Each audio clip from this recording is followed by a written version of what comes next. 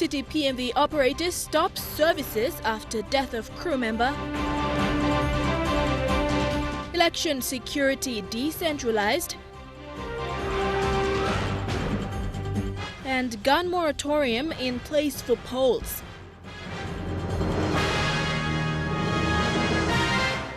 This is National EMTV News with Helen Sayer.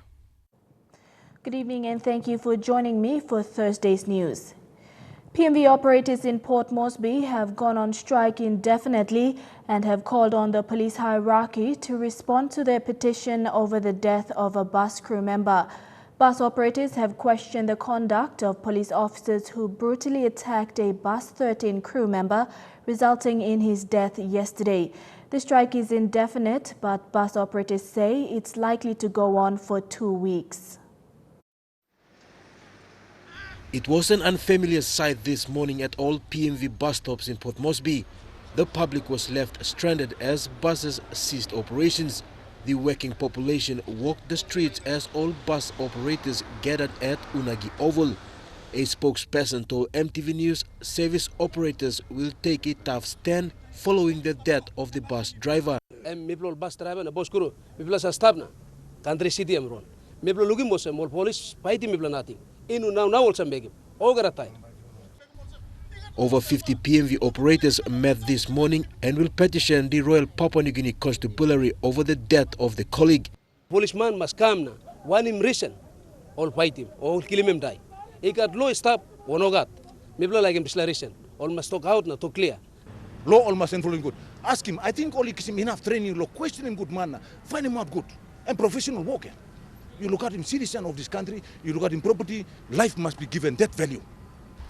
Meanwhile, a concerned member of the public says city authorities should take ownership of having in place a transport system for the public. I think 12 plus big buses, 50-seater buses, plus or narbla or red plus buses is stop. Time is like an incident they come up. This black on buses all must come out, all must run. Law providing this law, constitutional right law citizens, freedom of movement, all must transportation services must provide law city yet. This is not the first time members of the police have harassed and attacked PMV crews. Bus operators say services will be suspended for an indefinite period. The incident comes a week after Police Commissioner Gary Baki highlighted discipline issues in the force. Police in Port Moresby are yet to respond to the allegation. Jack Lapave Jr. National EMTV News. Road Traffic Authority Chief Executive Officer Nelson Terema says the bus strike by PMV operators in Port Moresby is illegal. Mr. Terema says PMV operators have breached the terms and conditions of their license. While condemning the attack on the bus crew, Terema called on PMV owners to resume duties and allow justice to take its course. So that is a condition of the license, and the motorists cannot take advantage of the situation here. The terms of the condition of the license is that they were given to provide that service. But in this case, they went out of the way and they went on an illegal strike. So I appeal once again to the operators, make sure to comply with the terms and conditions of the PMV license that has been issued. That is, license is for a purpose, and purpose is to provide services in the city. The University of Papua New Guinea is still waiting on a promised 12 million kina funding from the government. Acting Chancellor Dr. Nicholas Mann said in a statement today that while they appreciate the financial constraints the country is facing, the university needs the money to continue its programs. The university has also notified students to vacate its campuses immediately on Friday following the close of 2016 academic year. All university facilities will be shut down by noon of Saturday, 17th December. Classes will resume again on January 16, 2017. While full details of the 2017 academic year is yet to be released, first-year students' orientation will begin first week of April. A 10,000 kina bail has been granted for businessman Justin Parker by a three-man Supreme Court bench this morning. The bench included Justice David Kennings, Justice Eric Carrico, and Justice Yova Gaeta. Parker was accused of murdering his employee, Lapan Nasen, on 6 June 2015. He was present in court when the decision was handed down and the bail conditions explained to him. It was a unanimous decision delivered by Justice Eric Kariko on behalf of Justice David Kennings and Justice Iova Gaeta. The granting of the bail comes 18 months after the Guinea National Court had refused Parker's applications for bail twice in 2015. Since September 2015, Parker was in custody at the Bomana prison outside Port Moresby. It is alleged that in June 2015, the applicant assaulted one of his employees and the employee died as a result of the injuries. The bail was granted under 10 conditions. These conditions include the surrendering of Parker's passport to the Supreme Court, not to interfere with the state witness, and to report to the Waigani courthouse every Monday until his case is completed. Thekla Gunga, National EMTV News. With elections 2017 set to be a cost-effective exercise, security for the elections will be organized to reflect this drive. The biggest change will be the decentralization of authority from police headquarters to divisional commanders, who will ultimately be responsible for organizing security in their commands for and during elections. Previous elections have seen large contingents of police officers from the coastal provinces, seen as low risk during elections, deployed to the highlands provinces. But this will not be the case in the coming elections. Highlands will run its own elections. The Highlands is actually broken up in two divisions, Western End and Eastern End. Western End will include Hela, Southern Highlands, and Enga. So it would mean that the 3 provincial police commanders in that region, in those provinces, will be reporting directly to the divisional commanders who's responsible for any movements of personnel from one province to the other province for the purpose of the elections. The police have 8 divisional commands. With this format of operation comes a greater responsibility for the divisional commanders. They will be supported by the mobile squads and the Defence Force and CS, who are what we call the quick response team that will be there to support them during the... Prior to the start of elections proper, there will be pre-deployment of security personnel on March 18th, 2017. Basically, the idea about it is you mitigate all the threats leading up to the elections proper, so come the election period, at least the situations are manageable. I am confident at the moment that the preparations we have and the consultations we have together with the Defence and CS is well in advance for us to support the Electoral Commission and deliver the elections come 2017. Going forward with this operational format, Baki says the onus is now even more so on the people to ensure a safe and secure elections. If you want to fail the elections, then you will be part of it. All right? If you want to ensure that the election is successful, you support the Electoral Commissioner. Sarah Aupong, National EMTV News. In the lead up to the elections, the police is issuing a gun moratorium throughout the country. This will start this week and will go throughout the duration of the election. This moratorium is scheduled to start this week, Saturday, the 17th of December. While the ministerial statement will be out soon on this moratorium, the police commissioner said this is part of ensuring safe and secure elections 2017. It's going to be signed off by the minister, published, telling people that if you have a license or an unlicensed firearm that you want to surrender to the police, then you surrender that without being subject to the process of the law. And then that comes into collection and it goes into destruction. The Defence Force will be helping in monitoring provinces that are considered hotspots. We have identified all the hotspots throughout the country. We have identified all the possible routes, which also include sea piracy, taking that on board. We've also identified all the existing trouble-fighting areas up in the highlands and all the areas that are also, we believe, have very high incidents of firearms-related incidents, and also stock of firearms, particularly up in the highlands region. The hotspots does not necessarily include the highlands only, but it's actually triggered down to all the coastal areas. NCD is one that will be giving a lot of consideration, and quite a number of them in the Momasi area and down in the southern regions. This moratorium will be reliant on PNG's Firearms Act, something the Commissioner said as an organization the police discussed during their recent Commissioners' Conference in Kimbe. And we will be looking at the proposition to have it reviewed so that there are stricter penalties being imposed under the Firearms Act. Sarah Aupong, National EMTV News. Leave has been granted for intending candidates applying for the positions of the returning and assistant returning officers for 2 electorates in Jiwaka. This follows a ruling by Justice Colin McKyle for the case to proceed before the Waigani National Court. Tekla Gunga reports. Parties involved in these proceedings include Lawrence Itali, David Wakies, and the Anglim South Wagi District Development Authority. The applicants are taking the Electoral Commissioner to court because of allegations that the process used in appointing the returning and assistant returning officers for their electorate were not properly followed. According to the applicants, these positions were advertised and intending candidates applied for them. The Provincial Election Steering Committee had to screen the applications before sending them down to Port Moresby for shortlistings by the Electoral Commission. The applicants submitted that the process used in appointing the returning and assistant returning officers were illegal. An adjournment of 5 days was granted by Justice McKyle. The case returns to court on the 21st of this month. Tekla Gunga, National EMTV News.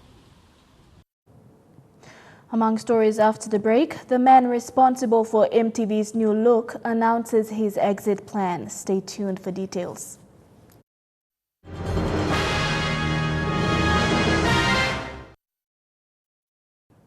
Welcome back. Chief Executive Officer of MTV and MTech Multimedia, Banu Sood, has decided to leave after successfully positioning the television company for digitalization, having built the broadcaster's international image as one of the most prolific in the Pacific region. Since taking over 5 years ago, Mr. Sood has been laying the foundation for the network's digitalization process while seeing to the development of innovative local productions such as Vocal Fusion. This morning, Telecom PNG Group CEO Michael Donnelly informed MTV staff of Mr. Sood's decision to move on. I've worked with many engineers in many different cultures, and it's always fun in a place like Papua New Guinea. As an expatriate person, you end up with people with multiple skills. And I can say, both as an engineer professional, Banu is one of those gentlemen that does demonstrate those skills. And I think from engineering to marketing to technology to innovation in this very, very, very exciting space that we call the internet and the whole new economy. So Mr. Sood, from me personally, thank you very much. Mr. Sood is clear that he has accomplished much since he first came to MTV. We were the first organization to bring virtual studio technology into the country and the whole integrated way of working. And I'm proud of all the news team members, what you guys go through in your personal lives. I know all of you what you go through because one way or the other I've been in touch with you on your matters of that you go through in your family life. It's the toughest thing you have done in everything from sports to mutiny attempt to recent UPNG unrest and moving into elections now.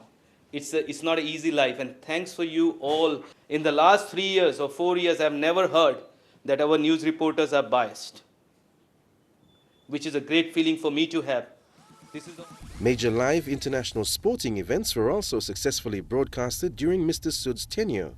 Events such as the 2015 Pacific Games and the 2016 FIFA Under-20 Women's World Cup. Mr. Sood was also instrumental in raising MTV's profile in the international broadcasting fraternity, establishing partnerships with Australia's Channel 7, Asia's Asia Vision News Network, and the Asia Pacific Broadcasting Union, CNN, and Reuters. Today, our partnerships, we are part of Asia Vision News Network. We don't not only take news now we also deliver our news around the world. So today, I got a message from Japan that they saw our news. I get a message from America, Singapore, Hong Kong that they watched our news. My friends there. MTV logo.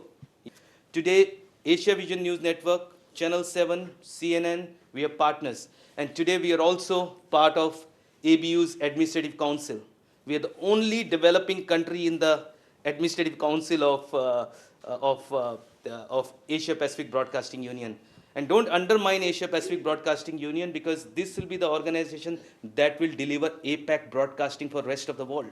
Mr. Sood is proud of where he has taken MTV, and he will be working with his successor during the transition period in the hopes of continuing positive development for the company. Neville Choi, National MTV News. Air Guinea has another subsidiary company called the Business Travel Centre. This is the second to link PNG.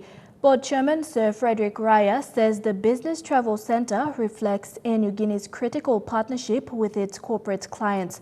It will be opened 24 hours, 7 days a week. The Business Travel Centre is located within the waterfront shop in Port Moresby. Sir Frederick says skilled international travel consultants equipped with very latest online booking facilities will staff the Business Travel Centre. It will in effect offer a 24/7 service to customers outside the centre's opening hours. Let me, introduce at this juncture the General Manager of the centre who's going to make it all work, Floyd Smith.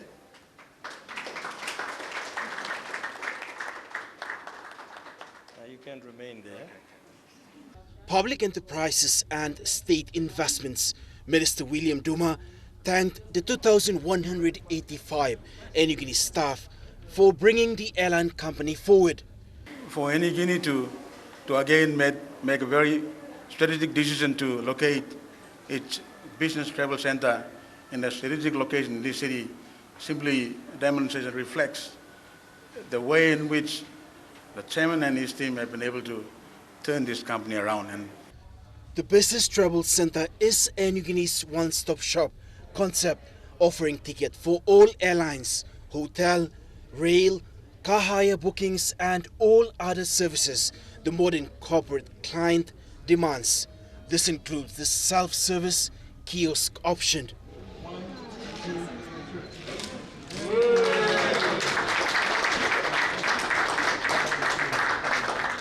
Fabian Hakelitz, National MTV News. Meanwhile, the Air Guinea Board has introduced a new service to commence in March next year.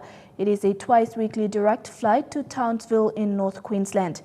This new service is said to open important business in education, sporting and people-to-people link. Air Guinea also paid a dividend of 20 million kina to Kumul Consolidated Holdings, which was received by Public Enterprises and State Investments Minister William Duma and Chairman Paul Nerau. Also announced that starting this Sunday, 18th of December, we will be operating under new code-share arrangement with Qantas on the Brisbane and Sydney services. Under these new arrangements, Air Guinea's passengers will be able to travel on PX through fares beyond the Brisbane and Sydney destinations to Melbourne and Perth on PX tickets. But it is vital that passengers travel on PX flight numbers regardless of which airline is operating the flight. This means the payment remains in PNG and not paid overseas in another currency. A landlocked rural district in Morbe province is slowly being developed to allow basic services to reach the people. Road infrastructures in the Nawab district are being improved over the last 4 years at a cost of 15 million kina. The funding came directly from the national government. Bethany Araman with this report from rural Boana. A bridge is going to be opened today at Kasing in the Nawab district. The Boana people were expecting the Prime Minister, Peter O'Neill. He didn't come. Morobe Governor Kelly Naru attended on behalf of the PM. he was the keynote speaker. Like the rest of the country, Morobe is going through some trying times, and services are slowly reaching the people. The bridge that we are celebrating today really gives our people peace of mind and also a sense of achievement that we can look forward to in terms of the betterment of the welfare of our people. Nauru says it's about empowering people. Neknasi Coffee Cooperative is from this part of Morobe. While they were mentioned in the governor's speech, the group has said they intend to stay well away from politics. Not all districts in PNG receive the same support. Nawai district has been fortunate. Local Member of Parliament Gisuwat Siniwin, a People's National Congress party member, has had direct national government funding for 18 roads and infrastructure. You have given me about a total of 15 million PRP projects since 2012, 2013, 14 and 15. I need more. Morobe needs more. But Nawai still has a long way to go. The people still need proper drinking water, electricity and constant road maintenance if a diversified economy is built. Moving away from relying on the non-sustainable extractive industry, there would be more foreign currency in the central bank. The rural people in parts of Papua New Guinea, like Nawai, renowned for its coffee and vegetables, have learned to engage in agricultural small to medium enterprises, a sector that had been neglected over the years by previous governments. Steps are now being taken to build the supporting infrastructure, but the progress is slow. Bethany Harriman, National EMTV News, Lae. NGIP Agmark, the leading cocoa exporter, says it has diversified its operations in recent years to assist farmer groups with new techniques and business concepts. Apart from being a major exporter, Agmark says it wants to help farmers create other business opportunities and not only growing and selling cocoa. Until recently, Agmark has announced that apart from operating as a major cocoa buying agent and an exporter, it wants to assist smallholder farmers rejuvenate their cocoa blocks by educating them about new farming techniques and how to implement cocoa business concepts. Smallholder farmers remain a major contributor to Agmark's cocoa export to the world markets, and to push the industry even further, it requires collective efforts. Training program focus on business partnership, business development, and input in cocoa training and part learn this level. So a lot of it, me train them, me basic train law, cocoa, good cocoa management practices, block management practices, and development and this kind. Since 2006, the NGIP Agmark and its other business partners have played a significant role in assisting farmers in the struggling times when the insect pest, the cocoa pod borer, swept through their cocoa fields in cocoa producing regions in the country. All issues were affecting cocoa, and maybe a testing plant in the plantation time, maybe work or commercializing, maybe testing or looking at good flow, and make it profit or cost too much, maybe wasting time with this operation or this like, how maybe get shortcut or something goes and maybe let's looking or some cost accounts, maybe and transferring go right way or maybe can improve. This year was a promising year for the cocoa industry in East New Britain province. In June, Agmark saw a noticeable increase in their cocoa volumes. A cocoa flash setting a record as the highest volume ever produced in 10 years since the cocoa pod borer's infestation in the province, and most of the contribution came from smallholder farmers. For some farmers, their confidence in the industry has dipped over the last 10 years, prompted by a relatively unstable cocoa price and the high cost of rehabilitating their rundown cocoa blocks. But Agmark says the best days of the cocoa business are yet to come if farmers continue to remain loyal to their cocoa trees. Edwin Fidelis, National EMTV News, Kokopo. Farm irrigation technology has been improved in the country. In cooperation with the Korean government, the local farming irrigation technology has seen a step forward. These improvements can also be a solution to overcome drought. Divine Word University journalism student Gaile Kivali reports. The solar rope and washer technology irrigation system was improved by the Korean Invention Promotion Association to assist Papua New Guinea local farmers. This project started in 2008. This project was as a result of APEC, Asia Pacific Economic Countries project, which Papua New Guinea decided to participate in. The project started with a pedal-operated pump, but due to the amount of manual effort needed to operate the system, this was not adopted quickly by the local farmers. And we had the first discussions of this project with the keeper in 2013. So you can see 2013 to 16 is 3 years, and they've really progressed the appropriate technology project. After 3 years of discussing the technology's improvement, Keeper was partnered with NARI to carry out this project as a solution. Bicycle washer pump. And then there were some challenges, of course, to that. So NARI went back to Keeper and said, maybe this could be better. We could advance this further. So they came up with the solar. The technology is expensive at this stage. However, that will be reduced when it is standardized by NARI. The cost is this time is almost $1,000. This technology can pump water from 5 to 10 meters underground. This technology is also believed to be the solution for drought. IPA said to me, Papua New Guinea really need to have kind of solution to solve the drought problem here.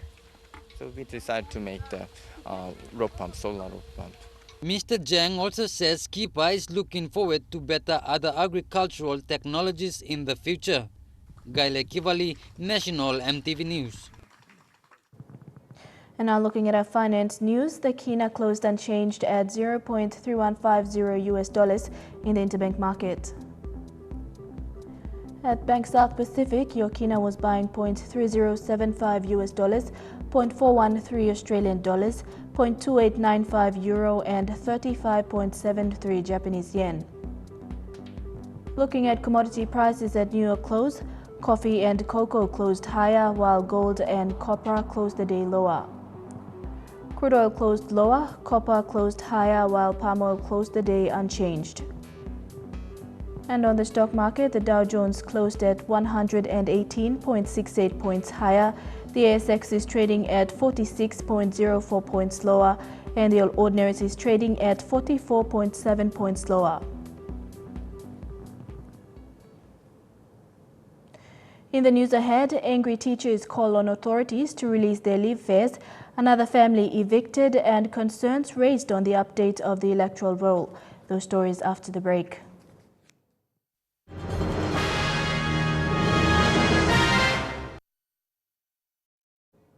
Welcome back to the news. Many teachers in Port Moresby were disappointed today when they learned they will not be able to collect their leave fare entitlements for the holidays. They questioned why their leave fares were not ready in time after they had complied with the requirements by sending their leave forms to FinCorp House in June this year. These teachers say they have been waiting since this morning to receive their leave fares. They're all from outside of Port Moresby and just want to return to their home provinces for the holidays. As of this date and time, I am talking. We just walked up there into this office, our office, and found out that our names are there, but no confirmation letters to be given to us to go to the travel agents. If PNCTA, our representative, our association, cannot do anything, I think this issue must go to some higher authorities where they can address this issue. They're appealing to the Prime Minister to intervene in the process of tickets for NCD teachers. They said if he can intervene to open the Finance Office for funds to be released to the department to meet the cost of the leave pay for the teachers. They're appealing to the Prime Minister, NCD Governor and the Education Minister to listen to the calls. The welfare of teachers are important to produce quality.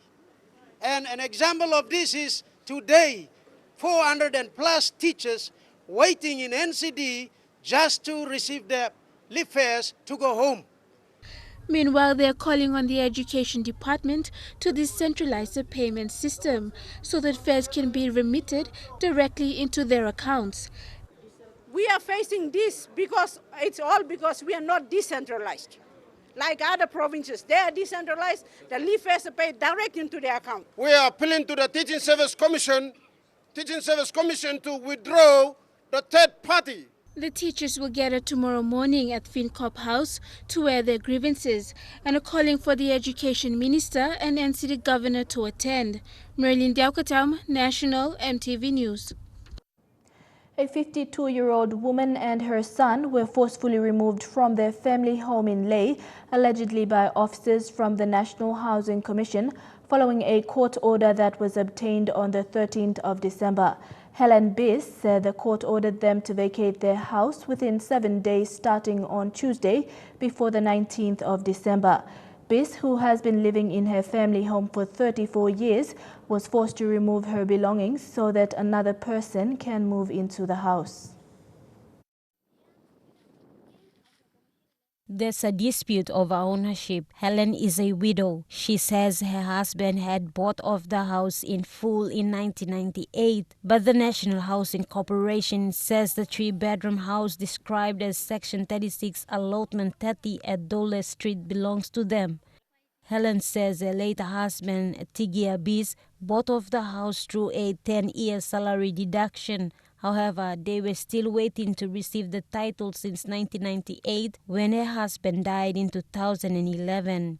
Since then, she has continued fighting to get her housing title until she was served a court order on Tuesday.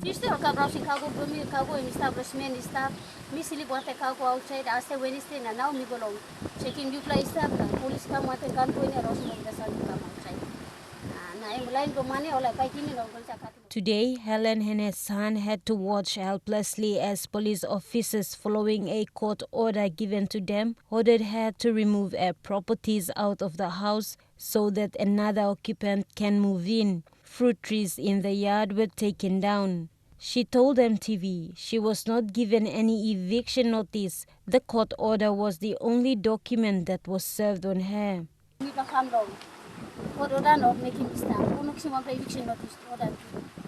Meanwhile, the acting provincial manager of the National Housing Corporation in Morobe, Matthew Limu, said late this afternoon that he has no knowledge of the circumstance of the purchase being made, but maintained that it is understood that the house may have been purchased by the other party while it was previously owned by the National Housing Corporation.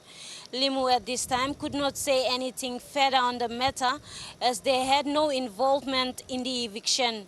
Mata Luis, National EMTV News, Leh. Concerns have been raised over the appointments of returning officers, assistant returning officers and election managers. Concerns have also been raised over the method used to update the electoral roll in the nation's capital.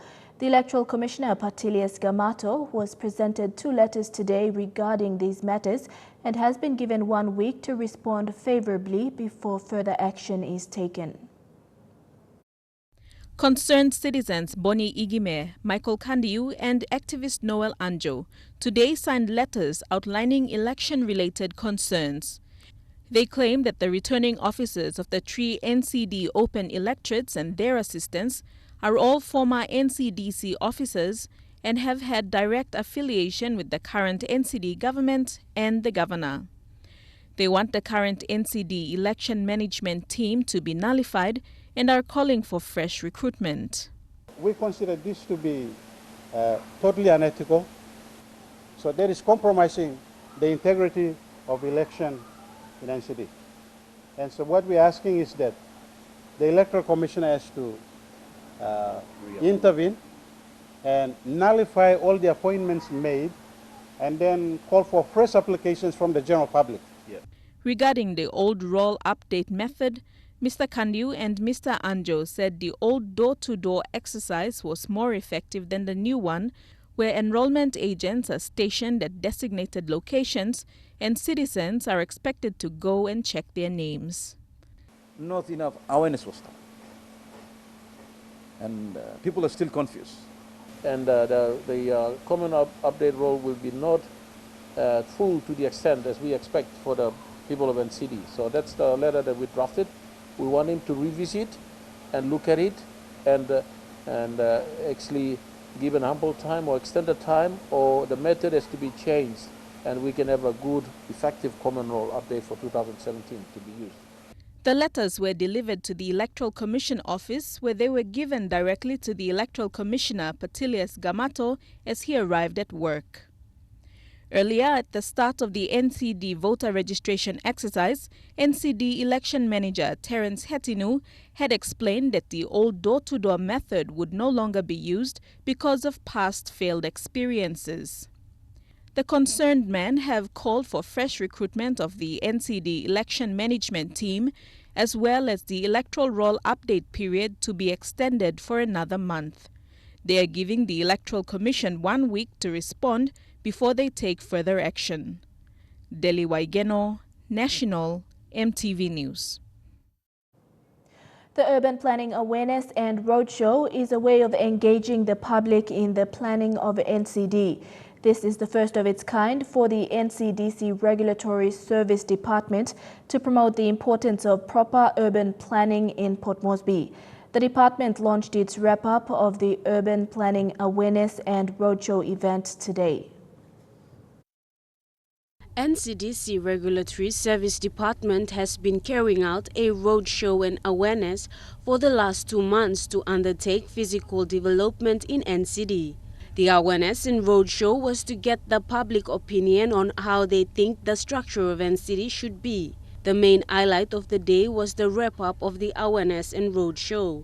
This was held at the City Hall today. Better inform them about the master plan of Port Moresby City, the constraints, development constraints and opportunities which our city has, and to also inform the general public of the different land uses allocated for different areas of Port Moresby. The plan is mainly for the indigenous people, property owners, utility service providers, government social service providers and private sectors.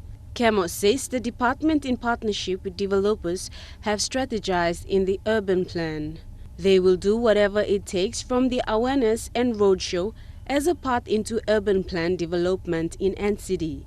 Sawato Hambu, National EMTV News.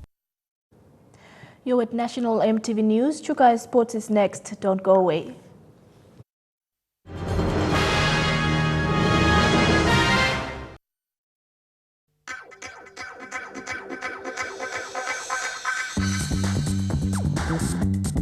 Chukai Sports.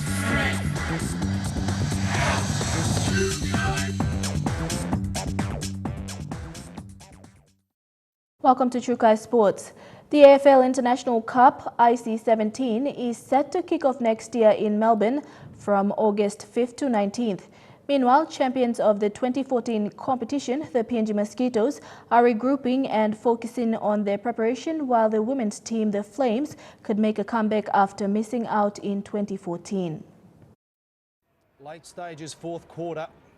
The Afl International Cup is regarded as the pinnacle event in Australian football international calendar and has grown steadily in stature and standard. Followed up some good work, heads out wide.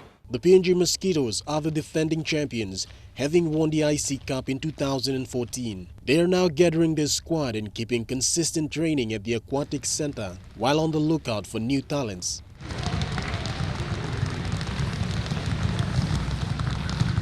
Also looking ahead, the PNG Games later in the year will provide a platform for AFL PNG officials to assess the players in selecting the final squad for the 2017 AFL International Cup. PNG men's team, the Mosquitoes, is ranked number 1 out of 18 nations that took part in 2014 competition. After playing in the IC 2011 tournament, PNG failed to send a women's team in the IC 2014. Despite the absence, AFL PNG is working to get the women's team, known as the Flames, back to the International Cup next year. AFL Development Manager in the South Pacific, Ben Drew, recently hinted that there's a chance the PNG Flames will attend The Afl International Cup is played every 3 years and does not allow expatriate Australians to take part. Teams comprise solely of amateurs who must be nationals of the country they represent. Shane Saroya, National EMTV Sports. Chukai Sports continues after the break. Stay with us.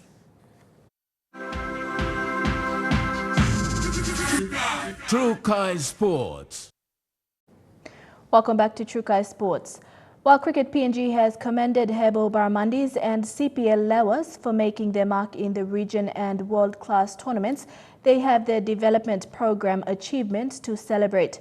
Cricket PNG has gone nationwide with their BSP school cricket program as of this year alone.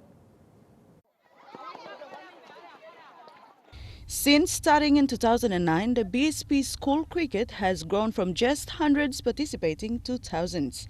Cricket PNG has reached a new record of participation this year. With a record total of 188,407, this program was carried out in 252 schools. In line with their aim of providing an opportunity for children to be introduced to the sport of cricket, the program has achieved exactly that. Surprisingly, the Highlands region has logged in the highest participation with Eastern Highlands at 37,697, followed by NCD with 37,363. And joining the two is Western Highlands with a healthy participation of 25,588. Highly successful. After the BSP program, we usually put them through hardball competition. They can either enter local competition like the POM-CA or inter-school competitions. So the success rate is very high. Remarkably, cricket is reaching inroad areas, especially in the Highlands region, where the code is not popular and inter-school competitions have surfaced as a result of the BSP school cricket. And with the total female participation at 49%, there is still a need for more girls to take part in this regionally recognized development program. It is a good sport, regardless of origin, disability, gender. It's open to all. We encourage everyone to take up cricket. There are more opportunities out there. Dini Rose Raiko, National EMTV Sports. Andrew Fifita looks set to avoid suspension despite facing a fine of up to $20,000 for his on-field support for one-punch killer Kieran Loveridge. The NRL finally issued him a breach notice on Tuesday, more than 3 months after Fifita had scribbled the initials FKL, meaning for Kieran Loveridge, onto his wristband in at least 7 matches. The NRL had the power to suspend Fifita and potentially tear up his contract. He met with the NRL on Tuesday to learn his fate and will likely escape a playing ban, but could be given a fine as high as $20,000. Fifita has 5 days to respond to the breach notice.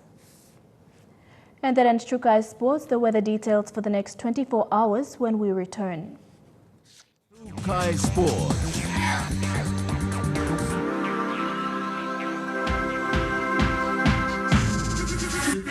Chukai Sports.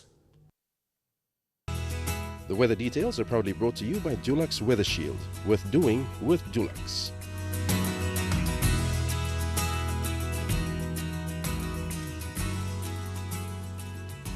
The weather forecast for tonight and tomorrow in the southern region: thundery showers in Port Moresby, showers with thunderstorms in Daru and Kerma, shower or two in Alotau and Popondetta. In the Momase region, showers and thunderstorms in Lae, a shower or two in Medang, Wewak and Vanimo. In the New Guinea Islands region, a shower or two in Lorengau and Kimbe, showers and thunderstorms in Kavieng, Kokopo, Rubal and Buka. And in the Highlands region, thundery showers in all centres.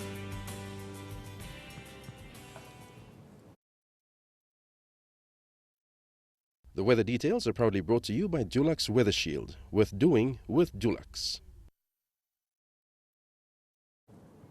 Now recapping our main stories for tonight. City PMV operators stop services after death of crew member, election security decentralized, and gun moratorium in place for polls. And that's the news, sports and weather for tonight. On behalf of the entire news team, I'm Helen Seah. Pleasant viewing. Good night.